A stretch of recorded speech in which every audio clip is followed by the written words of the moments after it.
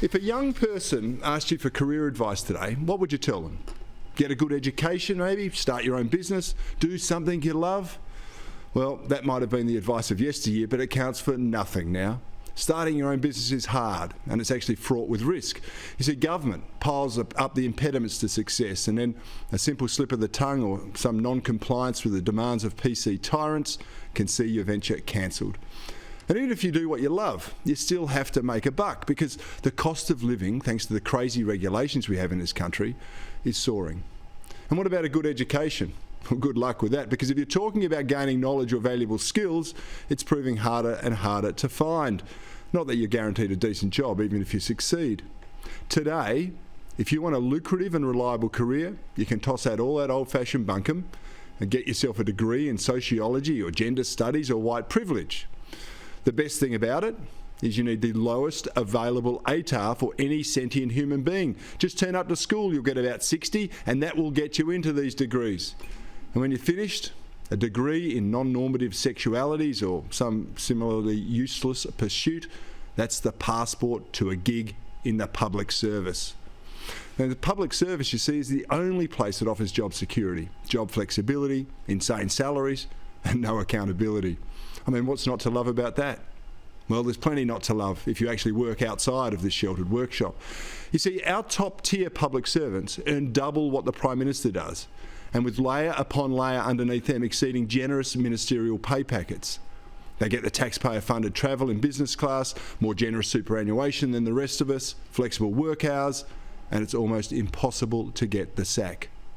And that's not just at the federal level. It can be an even better gig in the states, and it keeps on growing. It's a business that keeps getting bigger.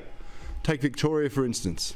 The public sector wage bill has risen by 40% between 2013 and 2018. That's 4 times the rate of population growth, and it's scheduled to go up by another 9.6% next year alone. The canny left-leaning politician, you see, also knows it's a great way to grow your entrenched voter base in this highly unionised workforce at taxpayers' expense, might I add.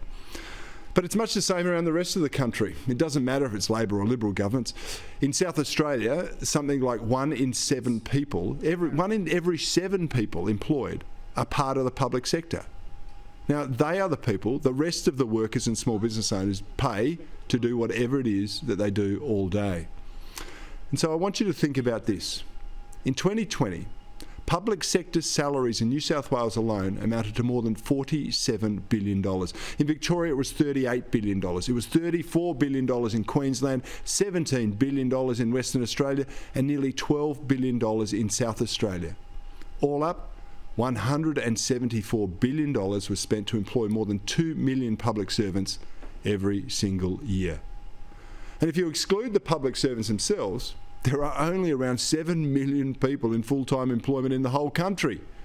That means every full-time private sector worker is chipping in nearly $25,000 in taxes every single year just to cover the public sector wages. And that doesn't include the office rents or myriad other expenses they accrue. It's a joke, although it's far from funny, I got to tell you. You want to know why business life is tough or why the cost of living is so high? It's because you are working to pay the people whose job it is to add layers of regulation and crazy, ineffective programs to every aspect of your life.